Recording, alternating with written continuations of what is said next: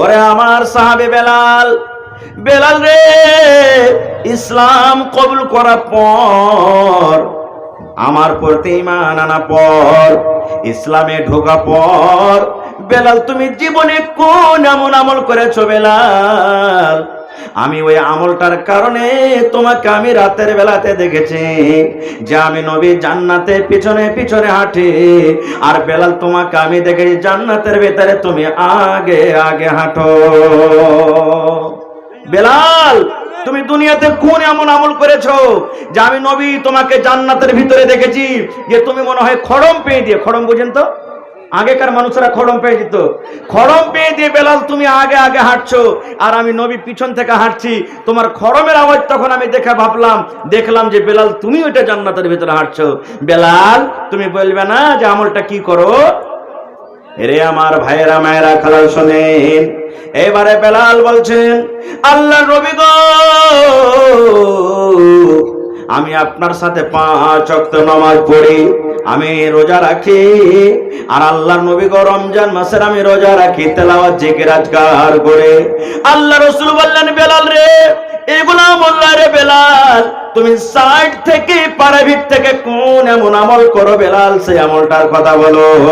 ওই আমলটার পরে আল্লাহ এত রাজি হয়েছে, তোমার আমলটার প্রতি আল্লাহ এত খুশি হয়েছেন, ওই আমলটাতে আল্লাহ খুশি হয়ে তোমাকে জান্নাতে দান করেছেন। বেলাল রে, তুমি মনে করো বাবা দুনিয়াতে কোন তুমি এমন আমল করো? এ আমার ভাইয়েরা মায়েরা খালা শোনেন, এইবারে বেলাল বললেন, নবী গো, জীবনে আমি কোন এরকম আমল করতে পারিনি নবী গো, কিন্তু জান্নাত লওয়ার আশাতে, জান্নাত পাওয়ার আশাতে এখন আমি ছোট্টখাটো আমল করেছি গো নবীজি। রাসূল বললেন, বেলাল রে, কি আমল করে তুমি দয়া করে বলে দাও। এইবারে বেলাল বললেন, নবী গো, নামাজের টাইম হোক কিংবা নাই হোক, হয়তো বেলা 10টা বেজে গেল, বেলা 8টা বেজে গেল, বেলা 2টা বেজে গেল, কিংবা ইশারের নামাজের পর আমি 10টার সময় পেশাব পায়খানা করতে উঠলাম।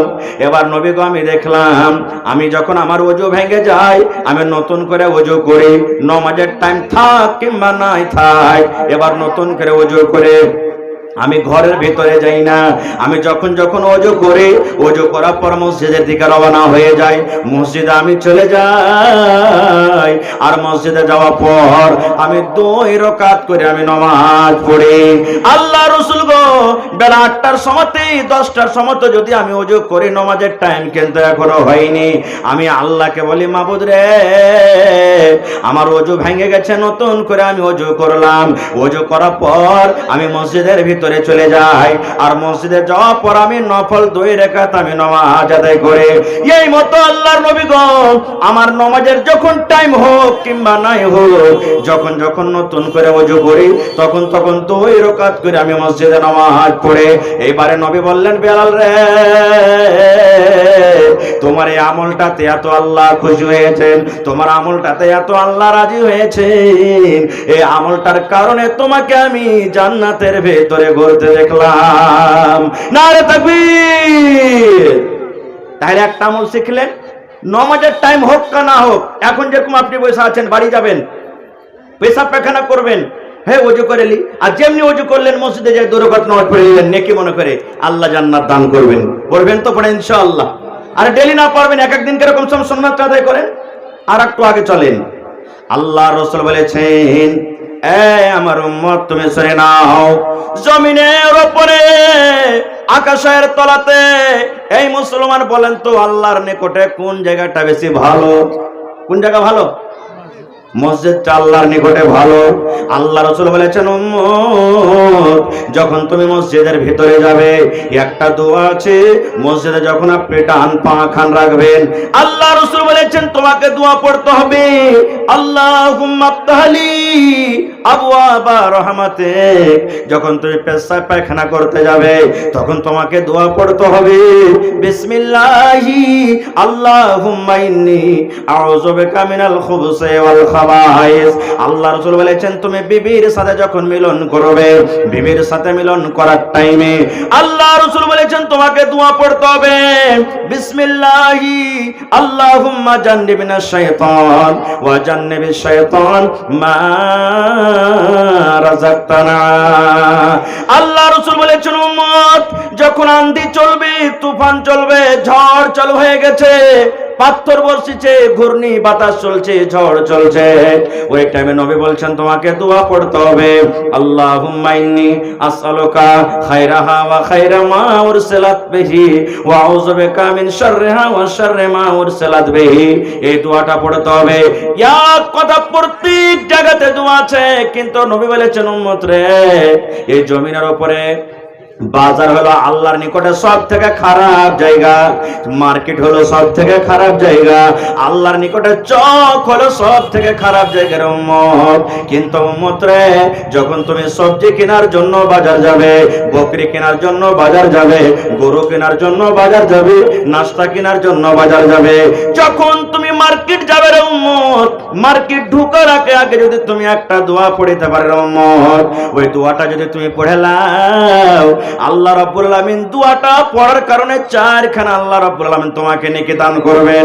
এক নম্বর নেকি হলো বাজারে যখন তুমি ঢুকলে, বাজারে ঢোকার সময়তে নর হোক কিংবা নারী হোক, তুমি যখন চা খেতে বাজারে গেলে, যখন তুমি চকে তুমি পান খেতে চলে গেছো উম্মত, দুনিয়ার কোনো দরকারে তুমি কাপড় কেনার জন্য মার্কেট ঢুকবে, মার্কেট ঢোকার আগে আগে আল্লাহ রাসূল বলেছেন যদি তুমি দোয়া পড়িতে পারো, একটা দোয়া আছে আল্লাহ রাসূল বলেছেন উম্মত রে, এই দোয়াটা যদি তুমি পড়ে নাও, প্রথম তোমার কাজ হলো তোমার জীবনের আল্লাহ যত ছোট ছোট নেকি আছে, সমস্ত যত গুনাহ আছে, জীবনের ছোট ছোট গুনাহ আছে, সাগেরা গুনাহ আছে, তোমার জীবনের 10 লক্ষ গুনাহকে আল্লাহ মাফ করে দিবেন, এবং আল্লাহ তোমাকে 10 লক্ষ নেকি দান করবেন, এবং আল্লাহ 10 লক্ষ দরজাকে আল্লাহ তোমার উঁচা করে দিবেন, এবং তার বদলাতে আল্লাহ তোমাকে জান্নাতের ভিতরে একখানা ঘর বানিয়ে দিবেন। বাজারে দাখিল হওয়ার দোয়া, বাজারে ঢোকার দোয়া ভাই মুসলমান। এই গ্রামে আমি শুনলাম বেশিরভাগই মানুষ বিজনেস করে শিখলেন ভাই, জীবনে কোন আমলটা আল্লাহর কাছে কবুল হবে আল্লাহ জানে।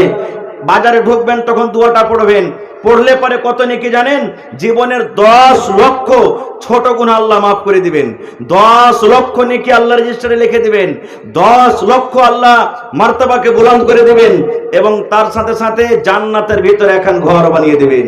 বলবেন হাজী মাওলানা দোয়াটা কি? আল্লাহ রাসূল বলেছেন দোয়াটা হলো লা ইলাহা ইল্লাল্লাহু ওয়াহদাহু লা শারীকা লা লাহুল মুলকু ওয়া লাহুল হামদ ইহয়ী ওয়া ইউমীত ওয়া হুয়া হাইয়্যুন লা ইয়ামুতু বিয়াদিহিল খায়র ওয়া হুয়া আলা কুল্লি শাইইন কাদির। আল্লাহ রাসূল বলেছেন উম্মত বাজারে সন্ধ্যার দোয়া, বাজারে দাখিল হওয়ার দোয়া, বাজারে যখন তুমি ঢুকবে তখন এই দোয়া পড়বে লা ইলাহা ইল্লাল্লাহু ওয়াহদাহু লা শারীকা লা লাহুল মুলকু ওয়া লাহুল হামদু ইহয়ী ওয়া ইউমীত ওয়া হুয়া হাইয়্যুন লা ইয়ামুতু বিয়াদিহিল খায়র ওয়া হুয়া আলা কুল্লি শাইইন কাদির। আল্লাহ রাসূল বলেছেন এই দোয়াটা পড়ে যদি তুমি বাজারে চলে যাও, এই দোয়াটা পড়ার কারণে চারখানা আল্লাহ তোমাকে নেকি দান করবেন। এক নম্বর নেকি হলো আল্লাহ রাব্বুল আলামিন তোমার জীবনের 10 লক্ষ গুনাহকে আল্লাহ মাফ করে দিবেন, তোমার রেজিস্টারে 10 লক্ষ নেকি লেখা হবে, তোমার আল্লাহ 10 লক্ষ মার্তবাকে আল্লাহ উঁচা করে দিবেন, এবং তোমার জন্য জান্নাতের ভিতর আল্লাহ এখন ঘর বানিয়ে দিবেন। সুবহানাল্লাহ, কত বড় নেকির কাম। আর একটু আগে চলেন, আজকে কোনো ভাই মনে হয় আমার যে কেউ জিজ্ঞাসা করবে না যে হাজী মাওলানা দুনিয়াতে কোন আমলটা করবো তা আল্লাহ জান্নাত দান করবেন। ভাই মুসলমান, আল্লাহর নবী একদিন বসে আছেন, আপনারা যেমন বসে আছেন সাহাবায়ে কেরামের দল বসে আছেন, একজন সাহাবী এসে বলছেন ইয়া রাসূলুল্লাহ আল্লাহর নবী গো, একটা আপনাকে প্রশ্ন করব নবী গো। নবী বললেন, বাবারে কি তুমি প্রশ্ন করবে বলো তো। এবার সে সাহাবী বললেন, নবী গো, আল্লাহর জমিনে যতদিন আমি বাঁচব, আল্লাহ যতদিন আমার হায়াত দিয়েছে, আল্লাহ যতদিন আমার জীবন দিয়েছে, জীবন পর্যন্ত কোন এমন আমল করব গো নবী যে আল্লাহ আমাকে জান্নাত দান করবেন? আমাকে কোন এমন কাজ করতে হবে, কোন এমন নেকির কাম করব গো নবী, সেই নেকিটা করার পর আল্লাহ রাব্বুল আলামিন আমাকে জান্নাত দান করবেন? এরে আমার মায়েরা, খালারা, এ ভাইরা শুনেন, নবীর সামনে একজন সাহাবী প্রশ্ন করে দিলেন, ইয়া রাসূলুল্লাহ, আল্লাহর জান্নাতের ভিতরে যেতে গেলে দুনিয়াতে কোন এমন আমল করতে হবে গো নবীজি? এবার নবীজি পাঁচখানা আমলের কথা বললেন। কথা বললেন, পাঁচখানা আমলের কথা বললেন। এই দুনিয়ার মানুষ শুনে নাও, এই আমার সাহাবী শুনে নাও, বেঁচে থাকা কালে পাঁচখান যদি তুমি কাম করতে পারো রে বাবা, জীবনে বেঁচে থাকা কালে পাঁচখানা তুমি আমল করতে পারো, আল্লাহ রাব্বুল আমিন তোমাকে জান্নাতের ভিতরে দান করবেন, তুমি জান্নাতে চলে যাবে। পাঁচখানটার মধ্যে এক নম্বরে রাসূল বললেন, ওয়াবুদুল্লাহ, তুমি এক আল্লাহর তুমি ইবাদত করো, এক আল্লাহর তুমি পূজা করো। দুই নম্বরে নবী বললেন, ওয়ালা তুশরিকু বিহি শাইআ, এবং আল্লাহ রাব্বুল আমিনের সাথে তুমি অন্য কাউকে শরীক করিও না। কার পূজা করতে হবে? কার ইবাদত করতে হবে? এক আল্লাহর। আর আল্লাহর সাথে অন্য কাউকে শরীক করতে হবে না। এই গ্রামে যদি কোনো মা, খালা, দাদি, নানি থাকে তো মনে দুঃখ নেবেন না, সুবহানাল্লাহ, আল্লাহর সাথে আমরা শরীক করছি মেলাইলো। বলবেন, হাজি মাওলানা কই শরীক করেন না? আচ্ছা বলেন তো, একটু কিছু হবে না হবে, আমার ভাইরা কোদল চপাইতে চলে গেছে, কোদল চপাইতে চপাইতে একটু যদি হাতখানি এদিক ওদিক হয়ে যেত, হাতে কি বাঁধে? জোরে বলেন। হ্যাঁ, এটা হয়ে গেল শিরক। কি হলো না হলো, এই গলাতে একটা তাবিজ বেঁধে দেয়, বাঁধে না? বাঁধে না? এটা হলো শিরক। আরো কত ভাই যারা কবিরাজ আছে, হ্যাঁ তোকে এরকম এরকম হয়ে গেছে রে, এবার তখন ও মন্ত্র চালু করবে। কি মন্ত্র জানেন? সুবহানাল্লাহ, সামনে আগরবাতি জ্বালবে, পান দিবে, সুপারি দিবে, আরো কি কি দিবে, দিয়ে তখন বলবে সুবহানাল্লাহ, কালো কালো তুলসের পাত মাগো, কালো দরিয়ার পানি, কোথায় আছো তোরা ডাকনি, ছাঁচো দরিয়ার পানি মাগো, ছাঁচো দরিয়ার পানি। কিংবা কত মা খালা বলে ওরা সুবহানাল্লাহ, ওই কবিরাজ বলে তুলসীর পাতা হাতে নিয়ে লাই আর বলে, তাম্বা তুলসীর পূজারে কইরা রাখি নুরে, হাই রে সোনার বান্দারে, কিবা খাইবা কিবারে নিবা বহলো রে, হাই রে সোনার বান্দারে। এই আমার মাকে বলবো, খালাকে বলবো, ভাই রে, এগুলা মন্ত্র পড়তে পড়তে যদি মত হয়ে যায়, মা এগুলা যদি পড়তে পড়তে যদি মত হয়ে যায়, জান কবজ হয়ে যায়, নামাজ পড়তে গেল আল্লাহর জান্নাত পাওয়া যাবে না, রোজা রাখতে গেল আল্লাহর জান্নাত পাওয়া যাবে না, হজ করতে গেল আল্লাহর জান্নাত পাওয়া যাবে না কেমন? এই জন্য নবী বলেছেন, উম্মত, প্রথম কাজ তোমাকে এক আল্লাহর ইবাদত করতে হবে, দুই নম্বরে তোমাকে আল্লাহর সাথে কাউকে শরীক করতে হবে না, তিন নম্বরে নবী বলেছেন নামাজ কায়েম করতে হবে, চার নম্বরে বলেছেন যাকাত দিতে হবে, পাঁচ নম্বরে বলেছেন যেগুলো তোমার আত্মীয় আছে, মা আছে, চাচা আছে, দাদু আছে, দাদি আছে, এদের সাথে তোমাকে ভালো ব্যবহার করতে হবে। এবার সেই সাহাবী শোনার পর যখন বাড়ি থেকে রওনা হয়ে গেলেন, আল্লাহ রাসূল বললেন, সাহাবীরে, ও আমার উম্মতের দল শুনে নাও, এই লোকেরা আমার উম্মতের মধ্যে পাঁচখানা যে কাম করবে, আল্লাহ রাব্বুল আমিন পাঁচখানটা আমল করার কারণে আল্লাহ তাকে জান্নাত দান করবেন। আর একটা আমলের কথা বলে দিই, আজকে কিসের জালসা ভাই? জোরে বলেন। মসজিদের জালসা। মসজিদটা কার ঘর? আরো জোরে বলেন। আপনারা বলবেন, হাজি মাওলানা আজকে মসজিদের জালসা, প্রত্যেক বছর জালসাতে দান করি, মসজিদ বানাই, এই মসজিদ বানিয়ে কোনো লাভ আছে? ওরে সুবহানাল্লাহ, আল্লাহ রাসূল বলেছেন, উম্মত 1400 বছর আগে এলান করে দিয়েছেন, মান বানা লিল্লাহি মাসজিদান বানাল্লাহু লাহু বাইতান ফিল জান্নাহ। আল্লাহ রাসূল বলেছেন, উম্মত, যে আমাকে খুশি করার জন্য, আল্লাহকে রাজি করার জন্য আল্লাহর এখন ঘর মসজিদ বানিয়ে দিবে, আল্লাহ রাব্বুল আমিন তার জন্য জান্নাতের ভিতরে এখন ঘর বানিয়ে দিবেন। আল্লাহর জন্য দুনিয়াতে ঘর বানালে আল্লাহ জান্নাতের ভিতরে এখন ঘর বানাবে।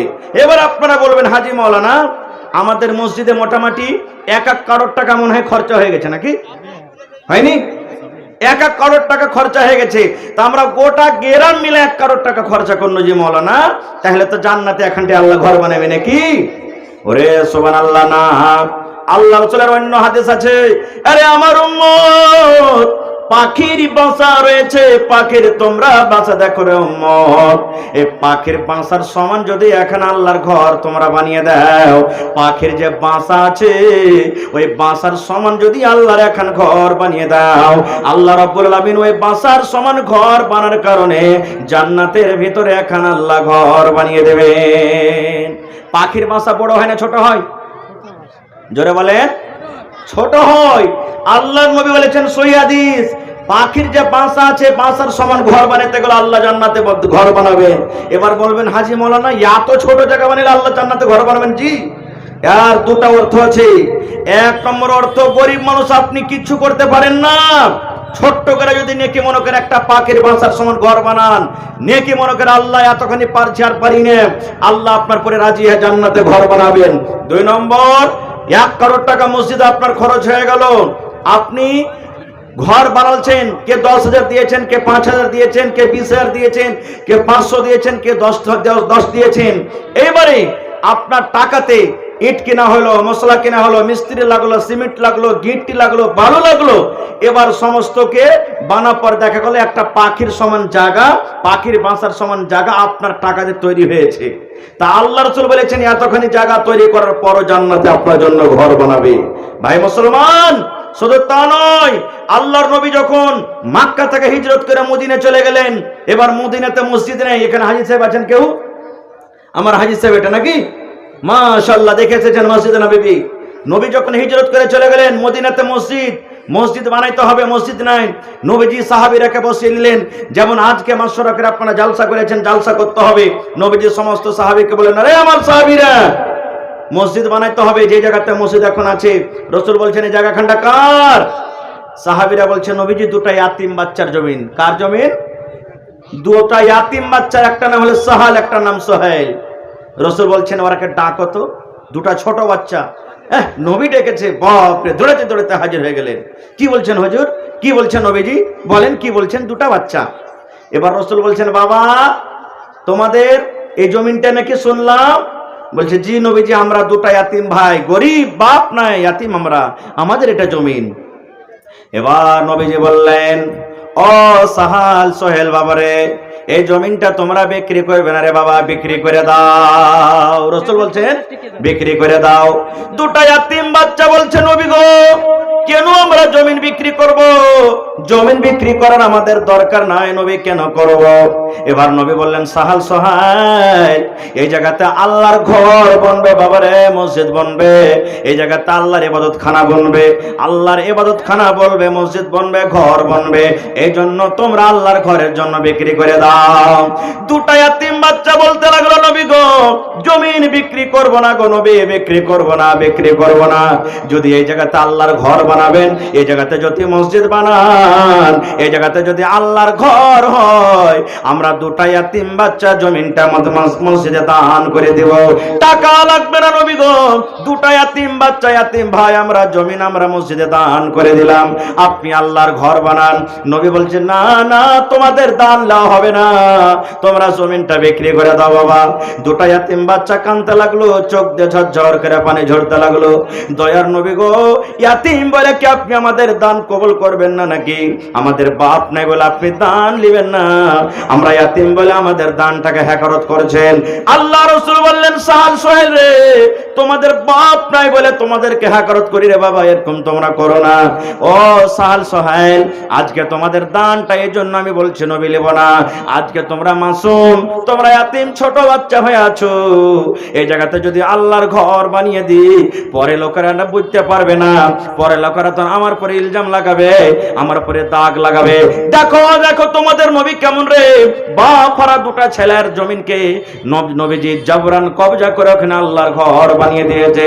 এরকম লোকের আমার পরে ইলজাম না লাগায় এর জন্য বলছি বাবারে তোমরা বিক্রি করে দাও। এই মুসলমান এবারে মসজিদ বনে গেল, সাহাল সোহেলের জমিনে মসজিদ বনে গেল। মসজিদের সামনে আরো কিন্তু একটু জায়গা জমিন আছে, ফাঁকা জমিন, ওইটা কিন্তু এখনো মসজিদের হয়নি। আল্লাহ রাসূল সাহাবীরে কে মসজিদ দিলেন, সাহাবীরে কি তোমরা এমন আছো এই ফাঁকা জায়গাটা যদি কিনা মসজিদে লাগিয়ে যেতে পারো, আমি নবী আল্লাহর দরবারে গ্যারান্টার হয়ে গেলাম এই জমিনটা কেনার কারণে আল্লাহ রাব্বুল আলামিন তাকে জান্নাত দান করবেন। এই জমিনটাকে মিলিয়ে দিতে পারবে যে মসজিদের জমিনের সাথে, আল্লাহ রাব্বুল আলামিন তার জন্য জান্নাতে এখন কে ঘর বানাবে বলেন। হযরত ওসমান গাড়ি নবীজির জামায় দাঁড় হয়ে গেলেন। দাঁড় হয়ে যাওয়ার পর বলছেন, ইয়া রাসূলুল্লাহ, আমি ওসমান বিন আফফান নবী গো, যত টাকা লাগবে, যত পয়সা লাগবে, যত সোনা লাগবে, যত চাঁদি লাগবে, যত উট ঘোড়া লাগবে নবী গো, সমস্তকে দিয়ে আমি এই জমিনটা কিনে মসজিদে লাগিয়ে দেব। আল্লাহ রাসূল বলছেন, ওসমান রে, যদি এই কাজটা তুমি করতে পারো রে বাবা, আল্লাহ রাব্বুল আলামিন